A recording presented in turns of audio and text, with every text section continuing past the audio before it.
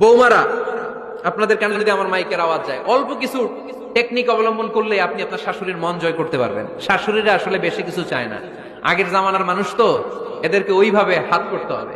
মাঝে মাঝে একটু শাশুড়ির মাথায় তেল দিয়ে দেন, চুলে তেল দিয়ে দিবেন আর কি, মাঝে মাঝে চুল আশ্রে দিবেন, এগুলো কিন্তু খুব পছন্দ করে শাশুড়িরা।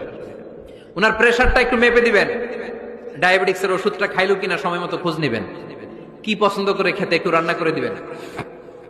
যেই বক্তার ওয়াজ শুনতে পছন্দ করে ওই বক্তার ওয়াজগুলো ডাউনলোড করে শাশুড়ি আম্মাকে দিবেন, ইসলামী বই দিবেন। দেখবেন বয়স্ক নারীরা মাহফিল যেতে খুব পছন্দ করে, ওয়াজ শুনতে খুব পছন্দ করে, নবীদের কাহিনীগুলো শুনতে পছন্দ করে। বসায় বসায় একটু কাহিনীগুলো শোনাবেন।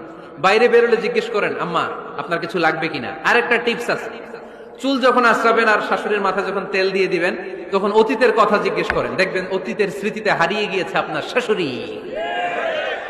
কি জিজ্ঞেস করবেন জানেন? জিজ্ঞেস করবেন, আম্মা জান, মুক্তিযুদ্ধের সময় আপনার বয়স কত ছিল? ওই সময় মুক্তিযুদ্ধের সময় আপনাদের এলাকায় কি কি হয়েছিল মা? আরেকটা প্রশ্ন করবেন, মা বিয়ের সময় আপনি কেমন ছিলেন?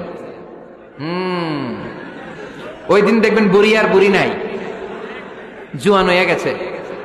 ওই দিন বলবে, মা আমি অনেক সুন্দরী ছিলাম, আমার মাথায় অনেক চুল ছিল, আজকে নাই।